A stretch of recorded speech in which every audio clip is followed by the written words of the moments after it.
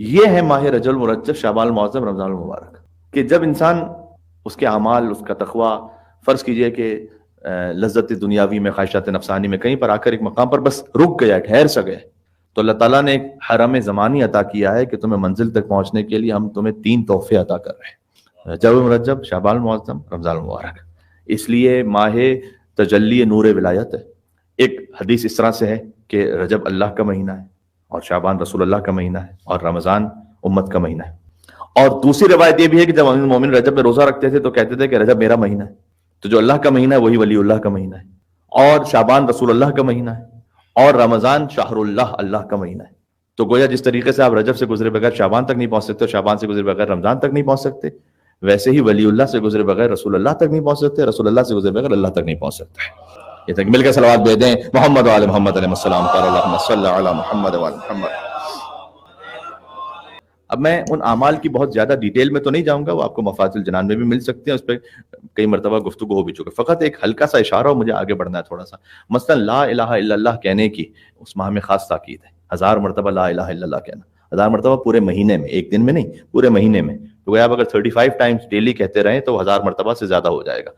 تو لا الہ الا اللہ، لا الہ الا اللہ کا ذکر وہ ہے کہ جس میں حروف لب نہیں ہے، ذرا غور کیجیے گا، لا الہ الا اللہ، اس سے آپ کے لب نہیں ہل رہے ہوتے، آپ ذکر کرتے ہیں۔ اس لیے ائمہ علیہ السلام کے بہت سارے اصحاب ایسے تھے کہ جن کا وظیفہ یہ تھا کہ وہ سامنے بیٹھے بھی ہوں تو لا الہ الا اللہ کا ورد کر رہے ہوتے تھے، اس لیے کہ ذکر اور ورد میں کوئی ریاکاری نہیں ہوتی، لیکن سامنے والے کو یہ معلوم ہی نہیں ہوتا کہ کوئی ذکر کر رہا ہے۔ لا الہ الا اللہ اب بعد میں جا کے آئینے میں یہاں تو نہیں پاسبل، آپ جا کے چیک کیجیے گا، تو وہ حروف لب نہیں ہے اس ذکر میں، لا الہ الا اللہ۔ اور 1000 مرتبہ اس ذکر کو پڑھنے کی تاکید ہے، استغفر اللہ واسألہ التوبہ۔ تو اگر رجب المرجب کو آپ دیکھیے تو اس کے اگر کچھ اہم ترین اعمال میں سب سے پہلے روزہ، یہ میں آپ کو پہلی حدیث سنا رہا ہوں تاکہ ہم پہلے ہی سے الرٹ ہو جائیں، کہ ابن سالم سے روایت ہے کہ رجب کے چند دن باقی رہ گئے تھے تو امام صادق علیہ السلام سے میری ملاقات ہوئی، تو امام نے پوچھا کہ اتنے دن گزر گئے کہ کیا تم نے کوئی ایک بھی روزہ رکھا ہے ماہ رجب المرجب میں؟ اور اس نے کہا کہ نہیں مولا، میں نے ایک روزہ بھی نہیں رکھا۔ تو امام نے کہا خدا شاہد ہے کہ تجھ سے اتنا ثواب فوت ہو گیا کہ جس کا اندازہ سوائے خدا کے کسی کو ہے ہی نہیں۔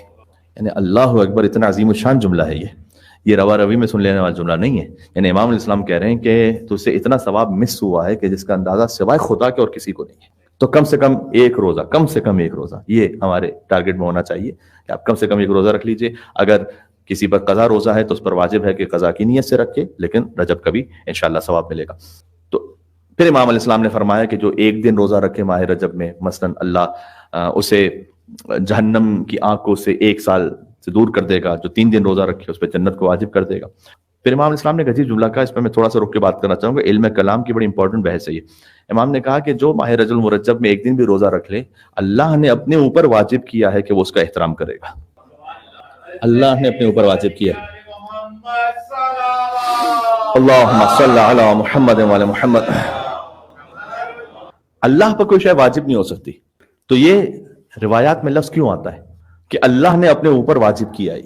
اس کا مطلب اللہ کوئی باؤنڈ نہیں ہو گیا، اس کا مطلب یہ ہے کہ اللہ کی حکمت کے عین مطابق ہے کہ اگر کسی نے یہ عمل کیا ہے، اللہ نے اپنے اوپر واجب کیا ہے کہ اس کو یہ جزا دے، یعنی اللہ کی حکمت کے عین مطابق ہے کہ اس عمل کی یہ جزا ہونی چاہیے، اور چونکہ حکمت کے عین مطابق ہے لہٰذا اس نے اپنے اوپر واجب کیا ہوا ہے۔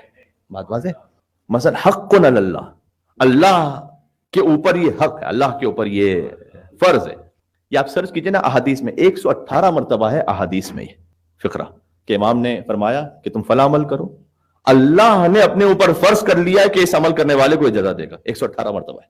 مثلا فرمایا امام نے کہ اگر کوئی کسی مومن کو طعام کھلائے تو اللہ نے اپنے اوپر یہ فرض کر لیا ہے کہ وہ اسے جنت کا طعام کھلائے گا، یعنی کسی مومن کو کھانا کھلانا اس کا اجر یہ ہے کہ اللہ کی حکمت کے عین مطابق ہے کہ اسے جنت سے طعام دیا جائے۔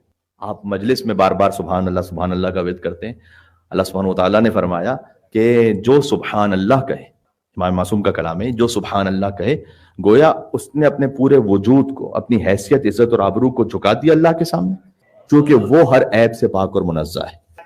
میں عیب سے پاک اور منزہ نہیں ہوں، وہ ہر عیب سے پاک اور منزہ ہے۔ پھر اللہم صلی علی محمد و علی محمد۔ تو جو سبحان اللہ کہے، امام نے فرمایا کہ اس نے اپنی عزت ناک کا لفظ امام نے استعمال کیا، یعنی آبرو کو جھکا دیا اللہ سبحانہ وتعالیٰ کے سامنے، اور اللہ نے اپنے اوپر واجب کر لیا ہے کہ پھر اس سبحان اللہ کہنے والے کی اس وقت نصرت کرے جب وہ مشکل میں ہے.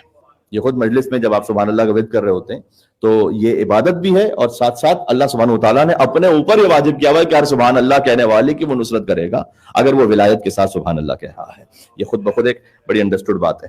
ایک حدیث کم سے کم میں پہلی مرتبہ آپ کی خدمت میں اس کو پڑھ رہا ہوں، ہے رجل مرجب ہی سے متعلق. 7ویں آسمان پہ اللہ تعالیٰ نے ایک فرشتے کو خلق کیا ہے. اس سے میں اپنے ایک موضوع کی طرف چلا جاؤں گا، بڑا امپورٹنٹ ہے جو، اور جس کا تعلق فقط رجب سے نہیں، ہماری پوری زندگی سے. 7ویں آسمان پر اللہ سبحانہ وتعالیٰ نے ایک فرشتے کو خلق کیا جس کا نام ہے داعی، دعوت دینے والا. جیسے رجب المرجب کا مہینہ داخل ہوتا ہے، 2 دن بعد داخل ہونے والا ہے تقریباً، تو جیسے ہی رجب المرجب کا مہینہ داخل ہوتا ہے تو وہ ہر رات مغرب سے لے کر فجر تک زمین والوں کو ایک صدا دیتا ہے. اور وہ صدا کیا ہے؟ بڑی سننے کے لائق ہے. طوبی للذاکرین، اللہ کی طرف سے صدا دیتا ہے. طوبی للذاکرین، کہ ذکر کرنے والوں کے لیے خوشخبری ہی خوشخبری ہے. طوبی للطائعین، اور اللہ کی اطاعت کرنے والوں کے لیے بھی خوشخبری ہی خوشخبری ہے. ماہ رجب المرجب میں لوگ اعمال کم سے پوچھتے ہیں.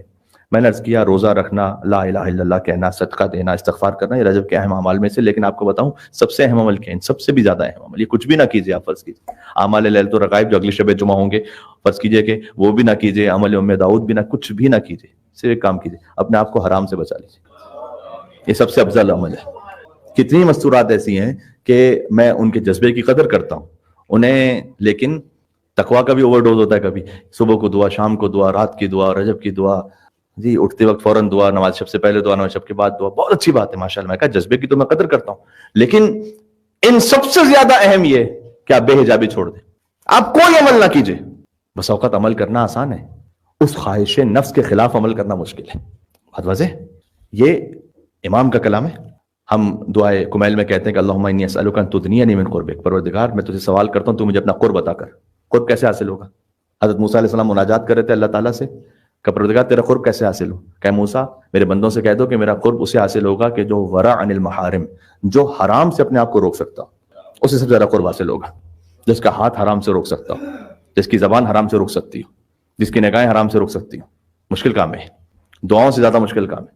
ابھی رمضان المبارک کا مہینہ آئے گا تو آپ اس حدیث کو سنیں گے. ابھی سے سن لیجیے کہ جب رسول اللہ نے بھی پورا خطبہ دیا، خطبہ شعبانیہ، رمضان المبارک کے فضائل بیان کیے، اور پورے رمضان کے فضائل بیان کرنے کے بعد مولانا علی علیہ السلام نے سوال کر لیا رسول اللہ سے، جو صاحب ممبر سلونی ہے وہ پوچھ رہا ہے ان سے کہ جو اول کائنات ہے، کہ یا رسول اللہ یہ بتلائے گا کہ یہ رمضان المبارک کی اتنی فضیلت آپ نے بیان کی ہے تو اس میں افضل عمل کون سا ہے؟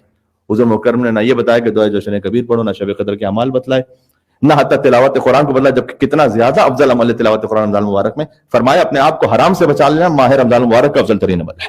ایک مل کے سلوات بھیجا گا رسول اللہ اور ولی اللہ امیر المومنین علی بن ابی طالب علیہ الصلوۃ والسلام پر. اللہم صل علی محمد وعلی محمد.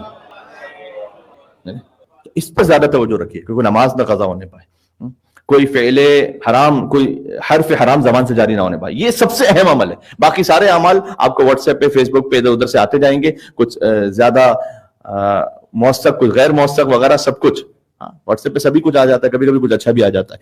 تو اس لیے وہاں جو کچھ آپ کے پاس آتا جائے ان سب کی باری بعد میں آتی ہے. پہلے یہ کہ حرام سے بچا لو، حرام رزق سے بچا لو، حرام نگاہ سے بچا لو. اس کے بعد وہ جو فرشتہ ہے نا 7ویں آسمان پر، وہ ماہ رجب و رجب میں کیا صدا دیتا ہے پتہ ہے؟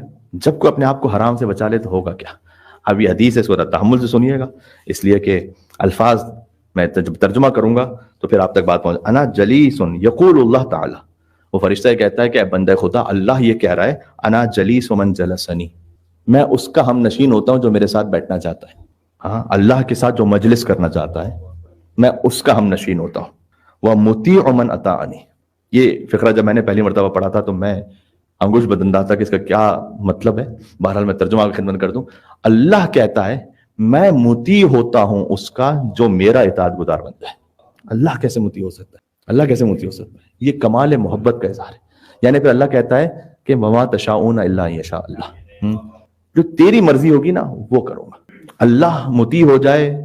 آپ جان رہے ہیں لٹرل فارم میں نہیں، یہ مستدرک الوسائل کی روایت ہے. سعید ابن طاؤس نے لکھا اقبال میں، بڑے معتبر علماء نے لکھا ہوا اسے. اس کا مطلب یہ ہے کہ اللہ پھر یہ کہتا ہے کہ اے بندے خدا، اے میرے بندے، تو نے قدم قدم پر میری اطاعت کی ہے، اب جب تو جو چاہے گا. امیر المومنین چاہیں گے تو زندہ پہ نماز جنازہ پڑھائیں گے تو مردہ ہو جائے گا. سیدہ سلام اللہ علیہ فرمائیں گی کہ رضوان جنت درزی بن کر کپڑے سلنے کے لیے گئے ہوئے، یہ ہے موتی من اطاعنی، میں موتی ہو جاؤں گا جو میری اطاعت کرتا ہے. جو انہوں نے کہہ دیا، اور یہاں پر اہل بیت علیہ السلام سے مخصوص نہیں ہے حدیث، ان کے لیے اس کمال معراج پر ہے، ورنہ ہر اس انسان کے لیے جو اپنے آپ کو حرام سے بچا لے، اپنے آپ کو حرام سے. سبحان اللہ.